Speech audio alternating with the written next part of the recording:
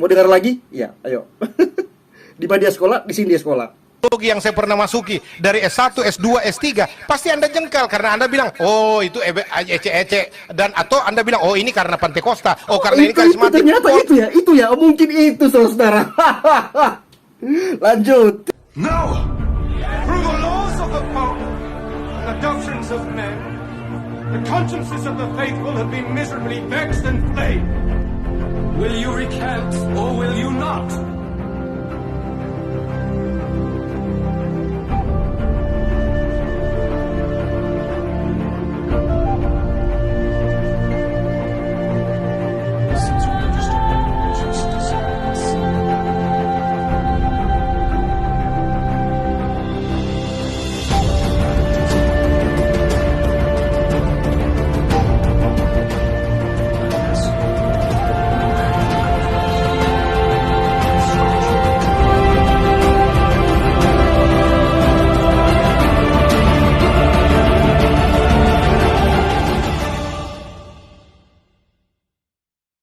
Shalom, salam sejahtera di dalam kasih Tuhan Yesus, saudara.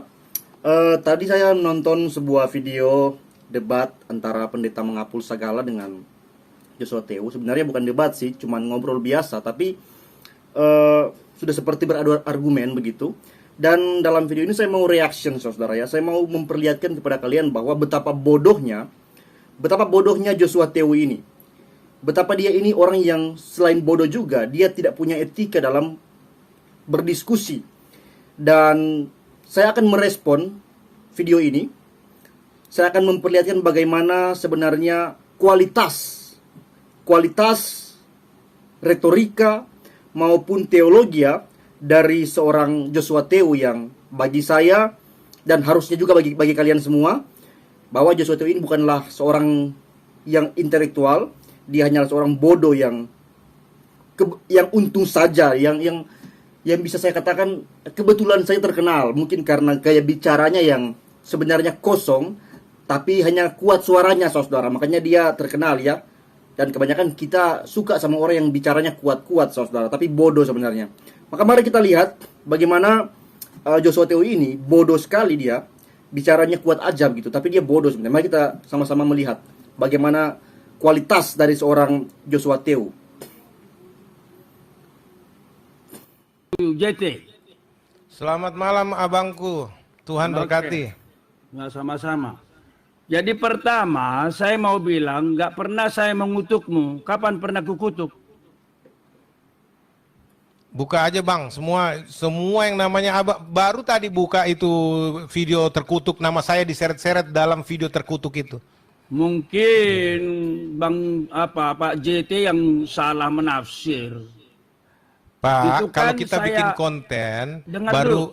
Ya, sebentar. Saya baca Bapak bikin konten terkutuk, tapi nama Kita lihat pada awalnya ini masih bagus, pembawaannya bagus Joshua Teu, masih panggil Pak sama Pak Mengapul ya, masih bagus pembawaannya pada awalnya ini. Tapi kemudian kita akan lihat sebentar bagaimana reaksi akan terjadi ketika Pak Mengapul Sagala dengan keberanian ketegasannya menegaskan tentang betapa sesatnya Joshua Teu ini. Kita lanjut. saya diseret di dalam. Dengar dulu. Galatia 1 ayat 8 itu kan Paulus mengutuk pengajar sesat. Oke? Oke. Nah, jadi saya mengatakan bahwa ajaran sesat itu serius oleh Rasul Paulus dan oleh Rasul Petrus. Oke? Ya. Lalu saya berkata, biarlah semua yang memiliki pengajaran yang sesat itu jangan tetap. Nah sekarang Pak JT nggak ngaku bahwa Pak JT sesat. Saya bukan sesat. Ukuran Anda apa saya sesat? Coba. Ukuran saya. Padahal ya, Pak Mengapul baru saja mengemukakan ukuran, yaitu tadi, bacaan tadi ya, Galatia berapa itu. Dan dia mau kayak menyangkali, menanyakan kembali ukurannya apa. Ini kan bodoh kan. Sudah dibilang apa ukurannya, itu Alkitab. Dia mau menanyakan kembali, inginnya ukurannya apa. Ya, kita lanjut. Ya adalah Alkitab. Saya pegang. Di mana bukti saya melanggar Alkitab? Coba. Ajaran mana? Saya udah jelaskan tapi kamu nggak ngerti. Nah, kapan Anda jelaskan sama saya? Sekarang saya Coba. kasih tahu. Allah Nah, Tritunggal itu Allah Tritunggal itu menurut Alkitab adalah satu esensi tiga pribadi. Satu esensi yang Anda maksud di mana? Dan di mana Allah secara literal Allah Tritunggal, dan esensi atau hakikat yang Anda maksud itu satu hakikat tiga pribadi. Tunjukkan di mana dalilnya, ayatnya di mana? Yang Pak Mangapul segala bilang adalah menurut Alkitab esensi tiga pribadi, bukan kata Tritunggalnya ya. Cuman Tritunggal itunya penekanannya di Alkitab adalah esensinya satu, tapi tiga pribadi. Dan Joshua Theo dengan kebodohannya mempertanyakan secara literal di mana kata Tritunggal. Ini kan bodoh kan? Saya aja saudara bisa menangkap apa maksud dari Pak Mangapul. Mengapa si bodoh ini tidak bisa menangkap saudara? Kita lanjut. Joshua Theo, boleh tahu Ya. nggak Anda pernah belajar teologi di mana? Makanya dia tanya saudara, boleh tahu Anda sekolah teologi di mana? Karena terlalu bodoh saudara. Lanjut. Saya belajar teologi di banyak sekolah teologi, tidak perlu Anda tahu. Iya dong. Kenapa mesti? Anda siapa saya mesti laporkan ke Anda? Maksud dari Pak Mangapul ini menanyakan di mana dia sekolah adalah bukan memang untuk mencari tahu, tapi untuk menyindir dia karena dia terlalu bodoh untuk dikatakan sebagai seorang teolog, terlalu bodoh. Dan sekolah yang mengajarkan dia harus bertanggung jawab karena melahirkan orang bodoh seperti Joshua Theo ini. Tidak perlu Bukan, toh. saya hanya mau bertanya, masa nggak boleh? Karena apa? Kalau saya kasih tahu lembaga teologi yang saya pernah masuki dari S1, S2, S3, pasti Anda jengkel karena Anda bilang, oh itu ece-ece, dan atau Anda bilang, oh ini karena Pantekosta, oh karena ini karismatik, polaritas. Dia sudah menjawab sebenarnya di mana dia sekolah. Ketahuan ya. Ternyata sekolah-sekolah ece-ece dan sekolah-sekolah itulah kalian tahulah. Mau dengar lagi? Ya, ayo. Di mana dia sekolah? Di sini dia sekolah. Teologi yang saya pernah masuki dari S1, S2, S3, pasti Anda jengkel karena Anda bilang, oh itu ece-ece, dan atau Anda bilang, oh ini karena Pantekosta, oh karena ini karismatik. Ternyata itu ya, mungkin itu saudara. Lanjut. Polarisasi berpikir, Tidak. apalagi Anda mengagung-agungkan Cambridge. Nggak usah saya tahu itu stereotip seperti itu, Pak. Apa gunanya Anda mau tahu? Cambridge itu universitas yang luar biasa saudara. Mereka literaturnya, wah, dokter guru-gurunya, literaturnya itu luar biasa. Joshua Theo ini siapa? Ya, siapa? Lu siapa? Memangnya lu siapa? Oh, STT saya. Yang penting ajarannya, uji ajarannya. Iya kan? Udah diuji ajaranmu konyol Pak Joshua Theo, konyol. Udah, Itu aja. udah. Udah, silakan. Sekarang gini, karena menurut saya Bapak itu terlalu bodoh. Ya, itulah kesombongan Setuju, Anda. Pak. Ukuran Bukan. apa yang Anda bilang saya bodoh? Bukan. Sekarang Lah. ukurannya ini, Bapak minta ukuran kan? Alkitab kau bilang. Dengar dulu. Bapak pernah mengatakan dalam percakapan dengan siapa itu, dokter siapa itu, Bapak bilang begini, ini orang-orang ngomong Sabellianisme. Itu ngomong-ngomong Sabellius pernah ada nggak ya? Apa karangan-karangan, benar nggak? Saya bilang memang, sampai sekarang saya Nah. nggak cabut. Saya bilang, Nah. bisa aja tuh branding. Nah, saya mau tanya, Bapak ada nggak jurnalnya Sabellianus? Ada Tunggu nggak dulu. tulisan-tulisannya apa? Paling-paling bilang, oh semua sudah dibakar. Semua sudah. Saya belum Itu kan selesai bicara. bisa saja branding. Saya belum selesai bicara, Pak. Nah, sekarang lalu apa itu? Jadi gini, kalau Bapak mempertanyakan apakah Sabellius pernah hidup, itu betul-betul membuktikan Bapak nggak pernah belajar teologi ya. Setuju Pak. Benar saudara. Sabellius itu dia tokoh yang pernah ada yang melawan Tritunggal. Jadi dia pernah ada. Kalau saudara mau bilang dia tidak pernah ada di Kristen abad-abad awal, saya bisa katakan juga saudara itu orang yang tidak pernah belajar sejarah ya. Karena gereja yang akhirnya melahirkan kata Tritunggal itu karena ada para orang-orang bidat ini, termasuk Sabellius ini, ya, dia mau menyangkali adanya kata Tritunggal yang dia katakan sebagai yang hanya dibuat oleh gereja, tapi dia menyangkali Sabellius, ya, itu hal yang bodoh, karena kalimat Tritunggal ada di abad-abad awal kekristenan karena ada para bidat. Kalau dia mau menyangkali adanya para bidat, mengapa dia ngotot mau mengatakan bahwa ada Tritunggal yang lahir di abad-abad awal kekristenan? Ini kan konyol saudara ya. Jadi dia seperti bisa dikatakan dia orang yang mau menghindari, mau mengatakan sesat kepada kata Tritunggal, tapi dia tidak mau melihat fakta bahwa Tritunggal itu ada karena ada para bidat, dan dia mau menyangkali adanya para bidat. Ini kan konyol, saudara ya, bertabrakan, logikanya itu ngawur, bertabrakan, saudara. Lanjut. Ya itu bukan ukuran. Kalau Lu baca pasti. dan saya nggak percaya, kalau baca saya nggak Semua. percaya, itu hak saya, gitu loh. Pak Kalau JT. orang mau, ya, Pak JT, ya, kalau sekiranya Bapak rendah hati, kasih tahu aja di mana Bapak pernah belajar teologi. Karena nggak perlu, saya nggak perlu. Kenapa mau lapor sama Anda? Nggak perlu. bukan melapor, bukan Nggak, melapor. kalau Anda mau tanya, masuk ke Departemen Agama, Bimas Kristen, periksa aja dari situ. Nggak mungkin orang-orang semacam saya terus kemudian bisa sembarangan masuk. Periksa aja, laporkan ke Dikti mana dan sebagainya. Ya, Pak Anda JT, terlalu sombong, Pak Mangapul. Seolah-olah kalau cuma sekedar doktor secara administratif, lalu nggak punya pemahaman sendiri tentang Alkitab, cuma ikut-ikutan JT. doktrin. Jadi dia bilang bahwa hanya ikut-ikutan doktrin turun-temurun ya. Saudara, jadi bagaimana kita akan belajar Alkitab dengan pemahaman kita sendiri? Apa kita yakin kita nggak akan tersesat? Saudara, Bapak Gereja, orang-orang yang hidup dekat dengan para rasul, masa hidupnya dekat dengan para rasul, dan mereka yang mewarisi apa yang diajarkan oleh para rasul ya. Jadi sebelum ada teks Alkitab yang keluar, pasti ada ajaran dahulu ya yang keluar. Dan kemudian Alkitab terkanon, dan Alkitab teks itu dibawa, diajarkan sesuai dengan apa yang pernah diajarkan sebelum ada teks.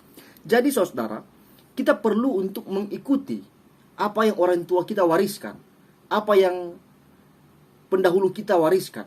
Kalau kita mau mengatakan ngapain ikut mereka yang dahulu itu, kita boleh dong punya pemahaman sendiri. Mari kita lihat saudara begini. Kalau kita berkata seperti itu, kita berarti juga sombong kan? Kita mau menempatkan seolah-olah kita lebih pandai dari para bapak gereja. Kalau saya mau disuruh pilih mau mengikuti Joshua Teu atau mengikuti bapak gereja, saya mau rendah hati. Saya mau mengikuti orang-orang yang sudah lebih dahulu menafsirkan Alkitab, sudah lebih dahulu untuk berpikir dengan dalam tentang bagaimana Alkitab itu. Saya tidak mau mengambil keputusan saya sendiri, mau mengambil tindakan sendiri untuk menafsirkan Alkitab dengan sedikit bukti, sedikit sumber yang bisa dikatakan zaman dahulu itu punya bukti dan sumber yang lebih dekat dengan hidup Yesus, lebih dekat dengan para rasul, ya.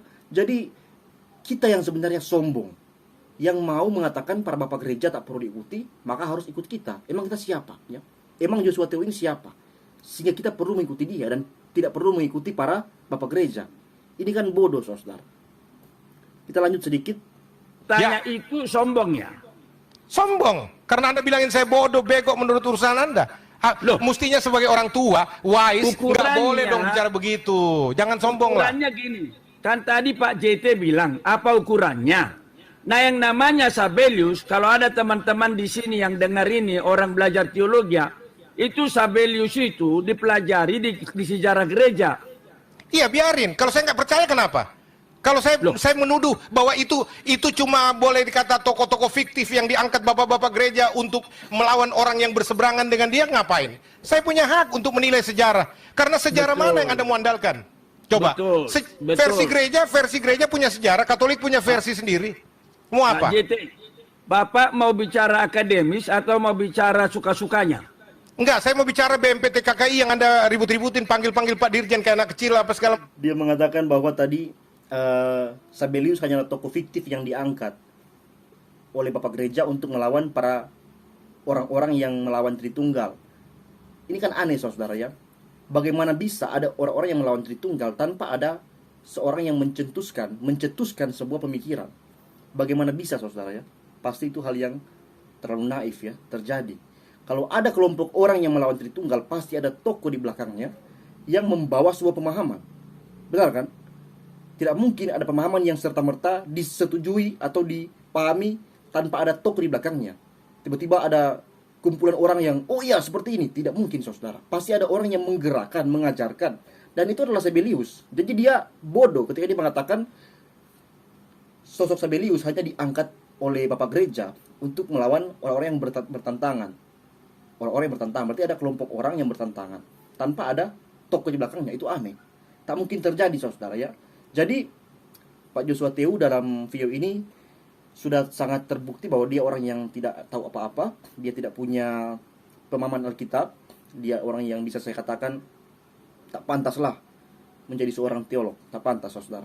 Adik saya yang masih SMA mungkin lebih cocok jadi seorang teolog daripada dia, ya, karena dia berteolog sesuai dengan kedegilan hatinya saja.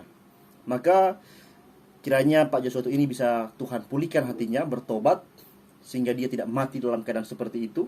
Karena pasti mati dalam keadaan menolak fakta tentang Allah sebagai esensi yang ada dalam 3 pribadi, pasti neraka. Karena Alkitab sudah mengatakannya. Kita bisa melihat bersama-sama 1 Yohanes pasal 2 ayat 18 sampai ayatnya yang ke-27. Anak-anakku, waktu ini adalah waktu yang terakhir, dan seperti yang telah kamu dengar, seorang antikristus akan datang. Sekarang telah banyak antikristus. Sekarang telah bangkit banyak antikristus. Itulah tandanya bahwa waktu ini benar-benar adalah waktu yang terakhir. Memang mereka berasal dari antara kita, tetapi mereka tidak sungguh-sungguh termasuk pada kita. Sebab jika mereka sungguh-sungguh termasuk pada kita, niscaya mereka tetap bersama-sama dengan kita. Tetapi hal itu terjadi supaya menjadi nyata bahwa tidak semua mereka sungguh-sungguh termasuk pada kita. Tetapi kamu telah beroleh pengurapan dari yang kudus, dan dengan demikian kamu semua mengetahuinya. Aku menulis kepada kamu bukan karena kamu tidak mengetahui kebenaran, tetapi justru karena kamu mengetahuinya, dan karena kamu juga mengetahui bahwa tidak ada dusta yang berasal dari kebenaran. Siapakah pendusta itu? Bukankah dia yang menyangkal bahwa Yesus adalah Kristus? Dia itu adalah antikristus, yaitu dia yang menyangkal baik Bapa, pribadi Bapa maupun anak, ya. Sebab barang siapa menyangkal anak, ia juga tidak memiliki Bapa. Barang siapa mengaku anak, ia juga memiliki Bapa. Dan kamu, apa yang telah kamu dengar dari mulanya, itu harus tetap tinggal di dalam kamu. Jika apa yang telah kamu dengar dari mulanya itu tetap tinggal di dalam kamu, maka kamu akan tetap tinggal di dalam anak dan di dalam Bapa, ya. Di dalam anak dan di dalam Bapa. Sudah menunjukkan 2 pribadi yang berbeda. Tidak hanya mengatakan di dalam Yesus, ya. Tapi dia mengatakan di dalam anak maupun Bapa. Jadi ada penekanan 2 pribadi. Makanya orang-orang Wanes ini yang menyangkal tentang kepribadian Allah Bapa dan anak, mereka itu antikristus. Dan antikristus tidak mungkin masuk surga, tapi pasti neraka. Selamat Joshua Teu, Anda adalah orang yang sudah pasti masuk neraka. Saya Patas undur diri, and until next time, God bless you.